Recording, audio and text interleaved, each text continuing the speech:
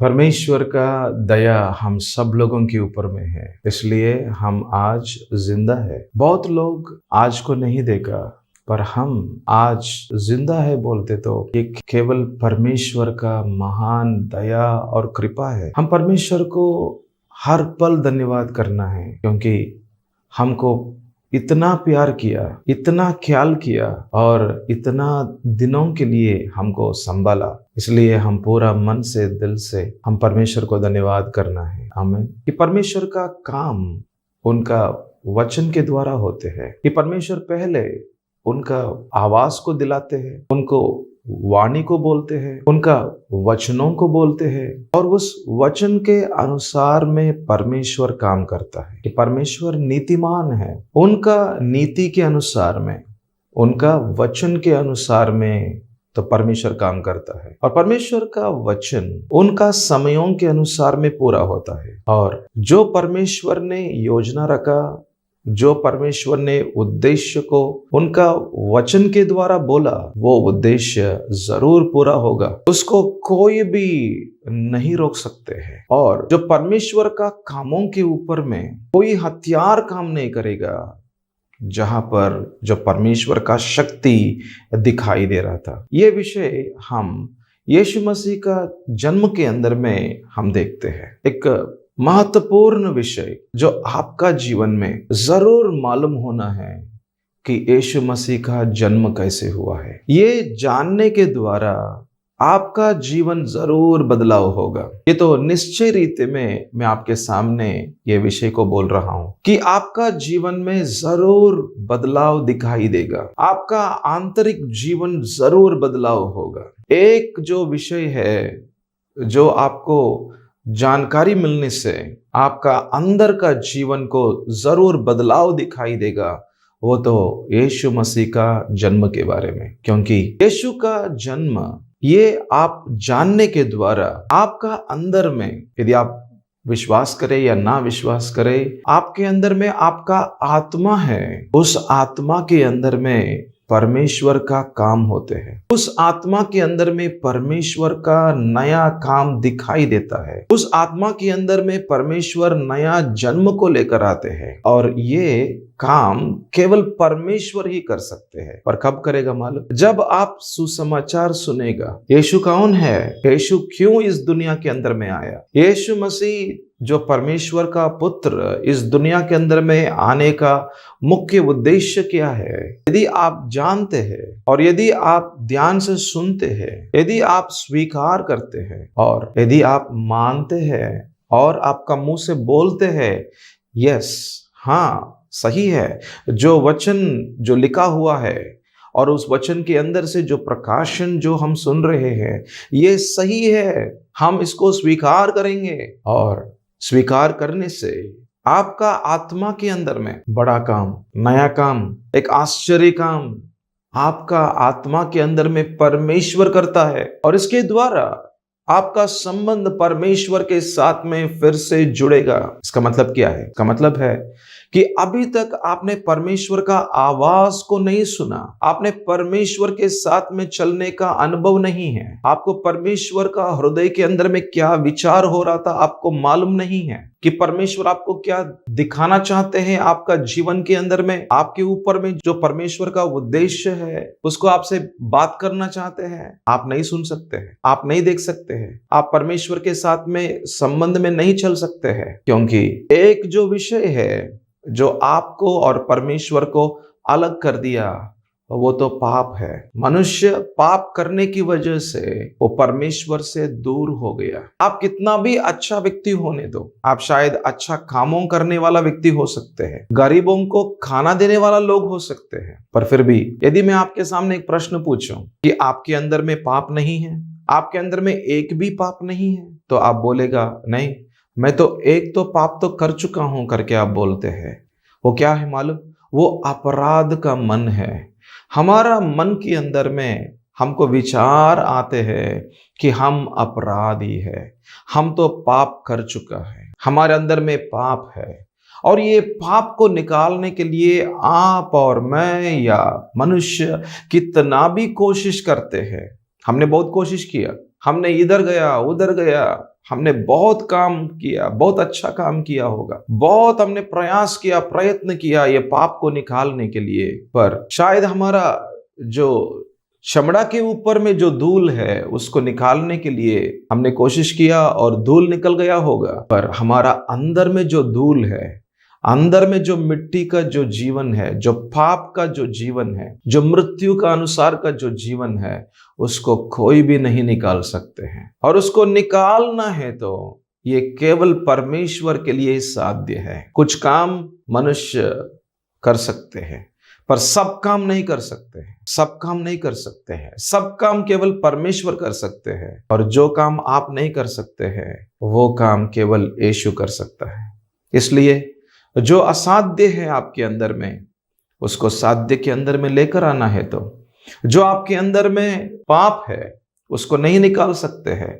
यदि आपका जीवन के अंदर में वो पाप निकल जाना है, वो पाप के ऊपर में आपको विजय पाना है, एक नया मार्ग में आना है, आपका जीवन एक विफल हुआ जीवन के अंदर से एक सफल होने का जीवन के अंदर में आना है, तो एक नया मार्ग जो अनंत काल का जीवन का मार्ग के अंदर में आना है, तो आपको जरूर यीशु का जन्म के बारे में जानना है।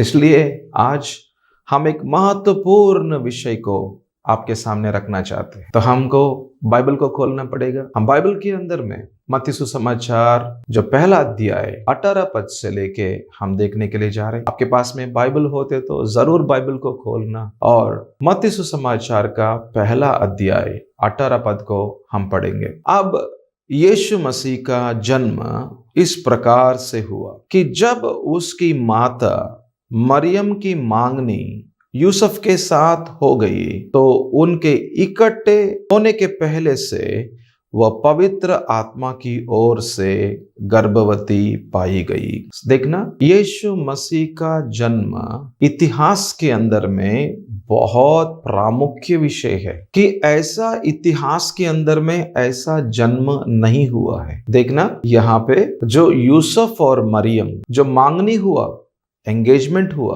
पर दोनों साथ में नहीं आया, फिर भी मरियम गर्भवती हो चुका है।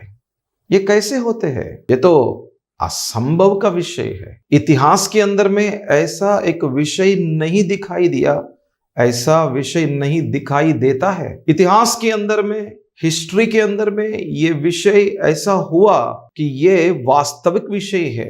ये एक ऐसा कुछ कल्पना नहीं है, पर ये एक वास्तविक रियल विषय हुआ है। और ये हुआ है मनुष्य का शक्ति के द्वारा नहीं है, मनुष्य का हाथ डालने से परमेश्वर का काम नहीं हुआ, पर यहाँ पर जो काम हुआ वो काम पूर्ण रीति में परमेश्वर ही किया है। तो यहाँ पर वही बोल रहा था कि पवित्र आत्मा के द्वारा मरियम गर्भवती हुआ।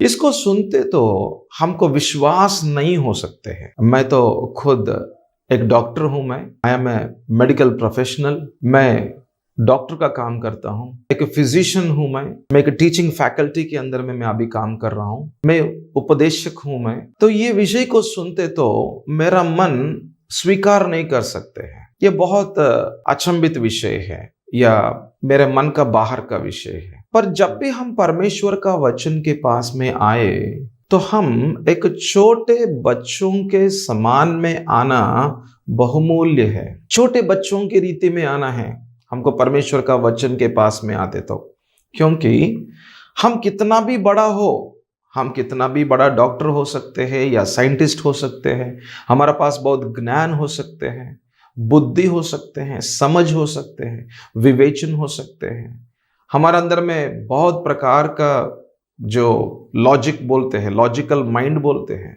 लॉजिक हो सकते हैं, बहुत विषयों के अंदर में हमारा विचार जा सकते हैं। पर विषय क्या है मालूम?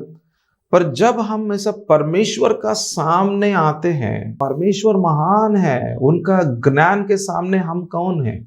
हमारा ज्ञान इतना छोटा है या शून्य है कि परमेश्वर का सामने, कि परमेश्वर का काम असाधारण की रीति में होते हैं, हमारा साधारण का विचारों के अनुसार में नहीं होते हैं, कि परमेश्वर का काम असाधारण की रीति में होते हैं।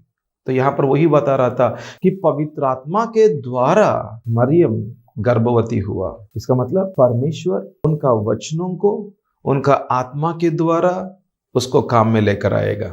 आमीन।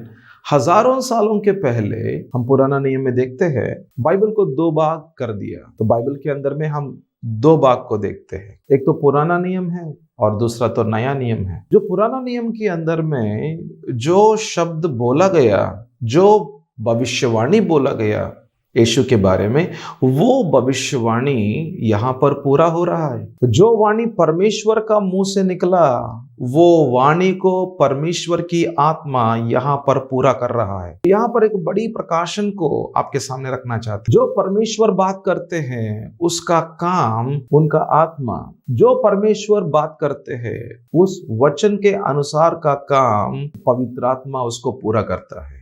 देखना कि जो बातें परमेश्वर बोलता है उसको पवित्र आत्मा पूरा करता है। और वही विषय हम यहाँ पे देख रहा था कि जो प्रभु ने बोला उसको यहाँ पर पूरा किया है। आमीन। तो हम इस वचन के अंदर में मूल्य प्रकाशन को हम देख रहा है कि जहाँ पर पवित्र आत्मा काम करते हैं वो असाधारण का काम करते हैं, और जहाँ पर पवित्र आत्मा का काम होते हैं वो तो परमेश्वर का वचन के अनुसार में होते हैं। और यहाँ पर हमने ये भी सीखा कि जो परमेश्वर बोलता है उसको अनुसार में पवित्र आत्मा काम करता है। और हम मनन कर रहे हैं यीशु मसीह का जन्म के बारे में। देखना ये जन्म कितना महत्वपूर्ण विषय है कि आपका जीवन का अंत, आपका जीवन का अनंत काल का जीवन इसके ऊपर में आधार है। यदि आपको ये नहीं मालूम होते हैं, यदि आपको इसको जानते नहीं है, तो आपको अनंत काल का जीवन से दूर हो जाते हैं। तो आपको अनंत काल का जीवन से दूर हो जाते हैं। इतना प्रामुख्य विषय है यीशु के बारे में जानने का विषय। इसलिए हम मिलकर हम देख रहा है कि मत्ती सुसमाचार का पहला अध्याय 18 पद को हमने अभी तक देखा, 19वां पद को भी हम मिलकर देखेंगे। उसके पति यूसुफ ने जो धर्मी था और उसे बदनाम करना नहीं चाहता था, उसे चुपके से त्याग देने की मनसा की। देखना यहाँ पर एक ऐसा परेशान आ रहा है। यूसुफ सोच रहा है कि उनका होने वाला पत्नी को छोड़ेंगे क्या, क्योंकि वो गर्भवती हुआ। ये कैसे हो गया? शादी नहीं हुआ, केवल मांगनी हुआ, उनके साथ में नहीं गया, फिर भी कैसे गर्भवती हो जाते हैं। सो देखना इस वचन के अंदर में एक शब्द इस्तेमाल किया गया, यूसुफ के बारे में एक गवाही बात कर रहे। ये गवाही मनुष्य का नहीं है, ये गवाही तो सब परमेश्वर का है। और परमेश्वर बोल रहा है यूसुफ एक धर्मी व्यक्ति है। मतलब क्या है? वचन के अनुसार में चलने वाला व्यक्ति है, जो परमेश्वर का अधीन में रहने वाला व्यक्ति है। यदि कुछ परमेश्वर बोलेगा ना, उसके अनुसार में करने वाला व्यक्ति है। ऐसा व्यक्ति को बोल रहा है धर्मी करके बोल रहा है। और ऐसा व्यक्तियों को ही परमेश्वर इस्तेमाल कर सकते हैं। देखना यीशु मसीह का जन्म इस दुनिया के अंदर में होने के लिए कुछ लोगों को प्रभु इस्तेमाल कर रहा है, और उसके अंदर में यूसुफ एक ऐसा व्यक्ति है जिनको परमेश्वर इस्तेमाल कर रहा है कि परमेश्वर का वचन पूरा होने के लिए यूसुफ को इस्तेमाल कर रहा है। पर यूसुफ के बारे में जो गवाही प्रभु बोल रहे वो क्या है? धर्मी है। वो तो उस परमेश्वर का वचन के अनुसार में चलने वाला व्यक्ति है। यदि आपका जीवन के अंदर में भी वचन के अनुसार में चलने वाला व्यक्ति होते तो आप भी परमेश्वर का अधीन में रहा हुआ व्यक्ति होते तो परमेश्वर का वचन को परमेश्वर आपके द्वारा पूरा कर सकता है। ये तो निश्चय में होगा। जो भी परमेश्वर ने आपको वायदा किया, जो भी परमेश्वर ने आपके ऊपर में बुलाहट रखा, उस बुलाहट को परमेश्वर आगे में लेकर जा सकते हैं यदि आपका अंदर का जीवन एक धर्मी की रीति में रहते तो। यदि आपका अंदर का जीवन जो परमेश्वर का अधीन में रहते तो आपका मन में बहुत प्रकार का विचार आ सकते हैं। मैं ये करूंगा, वो करूंगा, इधर जाऊंगा, उधर जाऊंगा। बहुत प्रकार का विचार आ सकते हैं, पर ये सारा विचारों को यदि आप इस परमेश्वर का अधीनता में लेकर आएंगे, यदि ये सारा विचारों को यदि आप परमेश्वर का वचन का अधीन में लेकर आएगा, तो परमेश्वर आपके अंदर में बात कर सकते हैं, आपके अंदर में काम कर सकते हैं, आपके द्वारा परमेश्वर का वचन को पूरा कर सकते हैं। यही विषय हम इस वचन के अंदर में देखते हैं। यूसुफ ने उनका मन में विचार कर रहे हैं, मरियम को छोड़ेंगे क्योंकि मरियम गर्भवती हो गया, समाज क्या बोलेगा, उनका परिवार क्या बोलेगा, ये तो सही विषय नहीं है, शायद मरियम ने कुछ गलत काम किया होगा, मैं इनके साथ में नहीं जाना है। एक ऐसा विचार, उनका संसारिक का विचार, उनका मन के अनुसार का विचार, ये जो विचार चल रहा था, पर उनका अंदर का जीवन कैसे है, उनका आत्मिक जीवन कैसे है? उनका आत्मिक जीवन एक धर्मी जीवन है। और ऐसा जीवन होने से क्या हुआ, हम इस वचन में देखते हैं, उसके चुपके त्याग देने की मनसा की। देखना कि उनके अंदर में एक ऐसा विचार हो रहा था, त्याग करेंगे, उनके अंदर में विचार लग रहे कि मरियम को छोड़ेंगे, पर आगे में बोल रहा था। देखना कि मत्ती सुसमाचार पहला अध्याय 20 का पद को हम पढ़ रहे हैं। जब वह इन बातों के सोच ही में था, तो प्रभु का स्वर्गदूत उसे स्वप्न में दिखाई देकर कहने लगा, हे यूसुफ, दाऊद की संतान, तू अपनी पत्नी मरियम को अपने यहाँ ले आने से मत डर, क्योंकि जो उसके गर्भ में है वह पवित्र आत्मा की ओर से है। देखना, यहां पर स्वर्ग काम कर रहा है। जहां पर धर्मी जन है वहां पर स्वर्ग काम करेगा। जहां पर धर्मी व्यक्ति है, वो व्यक्ति यदि जो परमेश्वर का मार्ग से थोड़ा सा इधर उधर जाते, तो उनके अंदर में स्वर्गदूत बात करेगा, उनके अंदर में पवित्र आत्मा बात करेगा, उनके अंदर में प्रभु का वचन बात करेगा, उनके पास में कोई ऐसा प्रभु का दास को प्रभु भेजेगा, उनको सही मार्ग में उनको लेकर जाएगा, उनको सीधा सीधा जो परमेश्वर का मार्गों के अनुसार में लेकर जाएगा। क्यों? क्योंकि वो व्यक्ति धर्मी व्यक्ति है, वो व्यक्ति वचन के अनुसार में चलने के लिए उनके अंदर में भूखा प्यासा है, और उनके अंदर का हृदय जो परमेश्वर का वचनों का पालन करने का हृदय है, उनका अंदर का जीवन जो परमेश्वर का अधीन का जीवन है, नम्रता का जीवन है, सीखने का जीवन है। हे प्रभु, मेरा मन का विचार इस तरफ में जा रहा था, हे प्रभु, मेरे मन में विचार चल रहे कि मैं मरियम को त्यागना चाहता हूं, छोड़ना चाहता हूं, प्रभु अब मैं क्या करूं? शायद ऐसा कुछ प्रार्थना किया होगा। देखो स्वप्न में क्या हुआ, स्वप्न के अंदर में स्वर्गदूत आके बात कर रहा है। स्वर्गदूत बात करेगा, जो पिता परमेश्वर बोलता है, जो संदेश स्वर्ग से देता है, वो संदेश को स्वर्गदूत बात करता है। जो संदेश यहाँ पे स्वर्गदूत बात कर रहे, वो उनका संदेश नहीं है, वो जो स्वर्गदूत का अपना संदेश नहीं है, पर ये संदेश जो परमेश्वर ने बोला, जो स्वर्गीय परमेश्वर ने बोला, वो संदेश को यहाँ पे स्वर्गदूत यूसुफ के अंदर में बात कर रहा है। और यूसुफ को पता चला, यूसुफ को समझ में आ गया।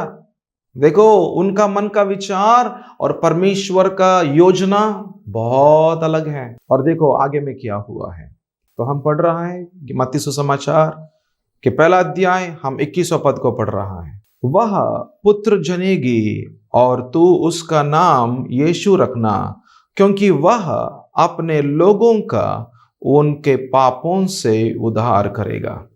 देखना, ये संदेश के अंदर में कुछ और बातें भी यूसुफ के अंदर में बात कर रहा है, और ये बोल रहा है कि देखो, एक शिशु जनेगा, एक बेटा जनेगा, उनका नाम यीशु रखा जाएगा।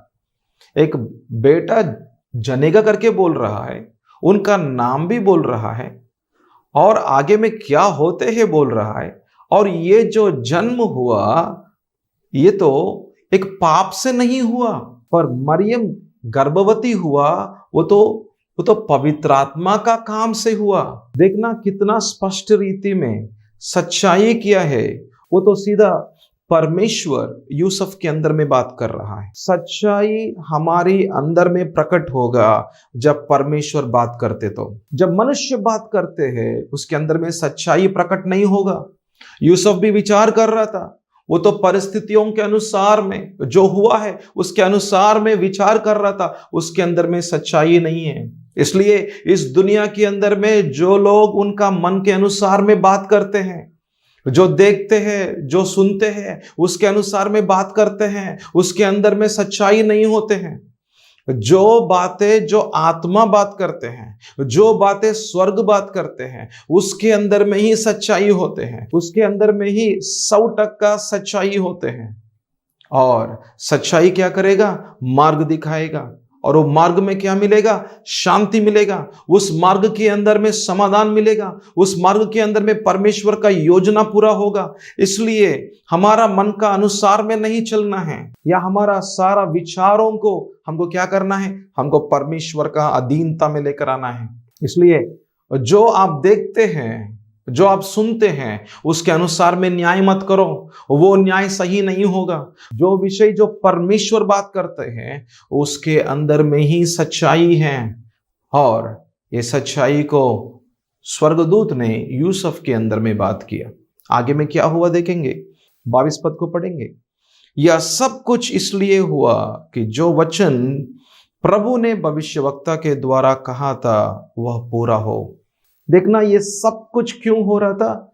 वचन को पूरा करने के लिए हो रहा था। इस संदेश का पहले मैं आपके सामने रखा हूं कि परमेश्वर बोलता है और उसके अनुसार में वो करता है। जो परमेश्वर बोलता है, उनका वचन को जो बोला है उसको परमेश्वर पूरा करता है। और इस दुनिया के अंदर में सबके ऊपर में परमेश्वर का ध्यान रहते हैं, सबके ऊपर में परमेश्वर का जो प्रभुता रहते हैं, वो सबके ऊपर में, सब उनका सृष्टि के ऊपर में उनका कंट्रोल रहते हैं।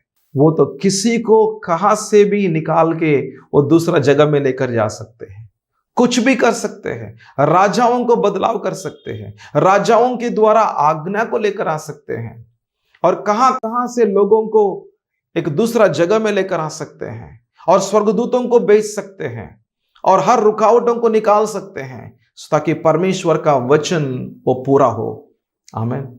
तो मेरा विश्वास है जो वचन परमेश्वर ने आपके अंदर में बोला उसको प्रभु जरूर पूरा करेगा। पर आपको विश्वास करो, आप जरूर विश्वास करो और परमेश्वर के ऊपर भरोसा करो। और इस वचन आपके अंदर में बात कर रहा है कि परमेश्वर जो वचन बोलते हैं उसको जरूर परमेश्वर पूरा करेगा। आमीन।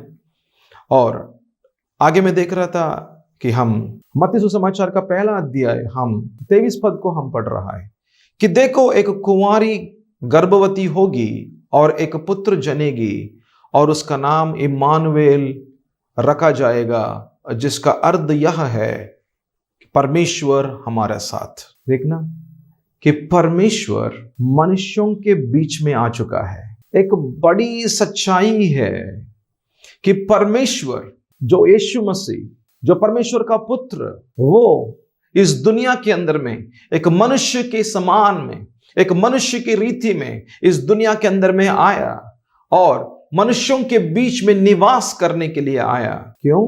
क्योंकि मनुष्य के अंदर में हर पाप को निकालने के लिए, उनको उद्धार देने के लिए, उनको मुक्ति देने के लिए, फिर से मनुष्य को जो परमेश्वर के साथ में जुड़ाने के लिए, फिर से मनुष्य को परमेश्वर के साथ में संबंध में लेकर आने के लिए। जो मनुष्य ने पाप किया और वो परमेश्वर से दूर हो गया, जो परमेश्वर का पवित्रता से दूर हो गया, उनका महिमा से दूर हो गया, और फिर से मनुष्य को परमेश्वर के साथ में जोड़ने के लिए यीशु मसीह इस दुनिया के अंदर में आया। और परमेश्वर इम्मानुएल करके यहां पर बात कर रहा है कि सब परमेश्वर मनुष्यों के बीच में निवास करना चाहते हैं। ये तो परमेश्वर का योजना है, ये तो परमेश्वर का प्रेम है। इसको बोलते हैं अनोखा प्यार, अनंत काल का निस्वार्थ का प्यार, अनंत काल परमेश्वर का निष्कलंक का प्यार, बिना शर्त का प्यार है ये कि उनका इकलौते पुत्र को, यीशु मसीह को इस दुनिया के अंदर में भेजने के लिए और हमारा जीवन को बचाने के लिए, हमारे अंदर का पाप को निकालने के लिए, हमारा आत्मा के अंदर का मृत्यु को निकालने के लिए, नया जन्म देने के लिए, जीवन देने के लिए, फिर से हमारा जीवन को फिर से प्रभु के साथ में जुड़ाने के लिए, फिर से संबंध को लेकर आने के लिए, ताकि हमारा जीवन उनके साथ में चले और हम उनका प्रेम को अनुभव करें, फिर उनका प्रेम के अंदर में हम आगे चले, अनंत काल का जीवन प्राप्त करें और हमेशा के लिए हम परमेश्वर के साथ में हम जीते रहे। देखना कितना बड़ा योजना जो प्रभु ने किया। आपने कभी नहीं सोचा होगा, हमने कभी नहीं सोचा इसके बारे में, पर परमेश्वर हमारा बारे में सोचते हैं कि परमेश्वर हमको इतना ख्याल करते हैं। इसलिए परमेश्वर हमारे बीच में निवास करने के लिए आ चुका है।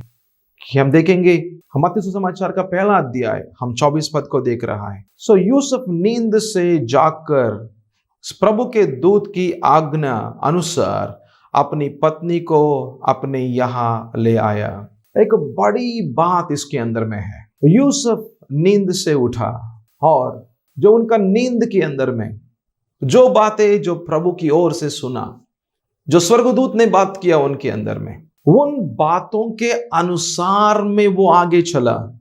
देखना यहां पर एक मुख्य विषय है। उनका मन का विचार क्या है? जो मांगनी हुआ, उनका मन का विचार किया है मरियम को छोड़ना है, वो उनका विचार है। पर जब परमेश्वर ने उनका आत्मा के अंदर में बात किया, जब परमेश्वर ने उनका आत्मिक आंखों के सामने दर्शन दिखाया, उनका आत्मिक कानों के अंदर में बातें किया, और जो बातें यूसुफ ने सुना और यूसुफ को समझ में आया कि क्या सच्चाई है, कि उनका झूठ का विचार उनको छोड़ना चाहते हैं। जो विचार वो अपने से किया उसको छोड़ना चाहते हैं, उसको बोलते हैं धर्मी व्यक्ति। मतलब जो उनका विचार इधर उधर हो सकते हैं, पर जब प्रभु कुछ विषय बोलेगा ना, उनके अंदर में इतना डर लगेगा कि प्रभु का वचन आ गया, मुझको सच्चाई समझ में आ गया, तो मैं जरूर प्रभु के अनुसार मैं आगे चलूंगा। मेरा मन का विचार के अनुसार मैं आगे नहीं चलूंगा, पर जो प्रभु ने बोला, उनका स्वर्गदूत को भेज के बोला, उसके अनुसार मैं आगे चलूंगा। ये होगा जो व्यक्ति जो परमेश्वर के ऊपर में डर मानते हैं, जो परमेश्वर के ऊपर में भय मानते हैं, उनका जीवन ऐसा ही होगा। वो एक धर्मी व्यक्ति की रीति में रहेगा और ऐसा व्यक्तियों के द्वारा परमेश्वर का वचन पूरा होगा। ऐसा व्यक्तियों का जीवन के द्वारा परमेश्वर का बुलाहट वो आगे चलेगा। और मेरा विश्वास है कि आपका जीवन के अंदर में परमेश्वर और गहराई में उनका भय को लेकर आना चाहते हैं, उनकी तरफ से आपके अंदर में बहुत बड़ा काम करना चाहते हैं, कि परमेश्वर का वचन आपका जीवन के अंदर में वो पूरा करना चाहते हैं। पर उसके लिए आपका मन का विचार के अनुसार में नहीं चलना है। आप परमेश्वर का वचन का अधीन में आ जाओ, ताकि परमेश्वर का महिमा को आपका जीवन में, आपका परिवार में जरूर दिखाई देगा। तो हम आगे पढ़ेंगे, तो हम 25वें पद को पढ़ रहा है। और अब तक वह पुत्र ना जनी, तब तक वह उसके पास ना गया और उसने उसका नाम यीशु रखा। आमीन। यीशु का नाम रखा है। यीशु का नाम का अर्थ है मनुष्यों का पापों के अंदर से उद्धार को लेकर आना। मनुष्य जाति जो पाप किया, उन सारा पापों के अंदर से उनको बाहर में लेकर आने के लिए, उनको छुटकारा करने के लिए, उनको मुक्ति देने के लिए मुक्तिदाता है यीशु मसीह है। और यदि आपने अभी तक यीशु का जन्म के बारे में आपने नहीं सुना, पर अभी आप सुन रहा है, और यदि आप विश्वास करेगा, आपका मन एक छोटे बच्चों की रीति में विश्वास करने का जो रीति में यदि रहे, और ये वचनों को स्वीकार करे, ये सच्चाई को स्वीकार करे, मैं पूरा रीति में विश्वास कर रहा हूं कि प्रभु का आत्मा, जो पवित्र आत्मा आपका आत्मा के अंदर में जरूर काम करेगा, आपका आत्मा के अंदर में जीवन को लेकर आएगा, आपका आत्मिक आंखों को खोल देगा, आत्मिक कानों को खोल देगा, कि आपका असली जीवन को आपको दिखाएगा, आपका पाप का जीवन को दिखाएगा, और आपको ये लगेगा कि मैं पापी हूं और मुझको उद्धारकर्ता का जरूरत है। मुझको मुक्तिदाता का जरूरत है। हे प्रभु, आप इस दुनिया के अंदर में आया मेरे जीवन को बचाने के लिए। आप परमेश्वर का पुत्र है प्रभु। यीशु मसीह, आप तो परमेश्वर का पुत्र है प्रभु, जो मेरे लिए क्रूस पर मरा, मेरे पापों के लिए क्रूस पर मरा, और आप गाड़ा गया और तीसरा दिन जी उठा, और आप ही जीवित परमेश्वर हैं। आप ही जीवित परमेश्वर है, जो स्वर्गारोहण हुआ और सिंहासन के ऊपर में बैठा हुआ, और सबके ऊपर में जो प्रभुता करने वाला जीवित महान जीवित परमेश्वर यीशु मसीह आप है। हे प्रभु, मैं आपको पूर्ण रीति में मैं आपको धन्यवाद करना चाहता हूं। मेरे जीवन को प्रभु मैं प्रणाम करना चाहता हूं। प्रभु, मेरे जीवन को आपको समर्पण करना चाहता हूं।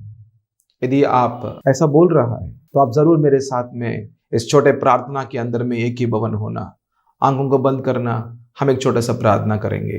प्रभु यीशु मसीह, हम आपको धन्यवाद करते हैं। हे पिता, आपको हम पूरा मन से दिल से धन्यवाद करते हैं कि आपका इकलौते पुत्र यीशु मसीह को प्रभु इस दुनिया के अंदर में प्रभु लेकर आया। इस दुनिया के अंदर में प्रभु आपने भेजा। प्रभु, आपको हम बड़ी हृदय से आपको धन्यवाद करते हैं।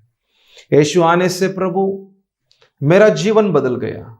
यीशु आने से प्रभु, यीशु प्रभु क्रूस पर मरने से मेरा अंदर में प्रभु जो पाप है, जिसकी वजह से प्रभु मेरा जीवन एक मृत्यु का वातावरण में इस दुनिया के अंदर में जी रहा है। यदि मैं इस दुनिया को छोड़ूं प्रभु, जब मैं मरता हूं इस दुनिया को छोड़ना पड़ेगा। उस समय में जब मैं इस दुनिया में मरता हूं प्रभु, तो मेरा जीवन अनंत काल का नरक में जाओगे प्रभु। पर मुझको बचाया प्रभु यीशु मसीह ने। मैं स्वीकार करना चाहता हूं यीशु मसीह को अपना उद्धार करता, अपना मुक्तिदाता करके मैं स्वीकार करना चाहता हूं। धन्यवाद करते हैं पिता, यीशु का नाम से मांगते हैं, आमीन।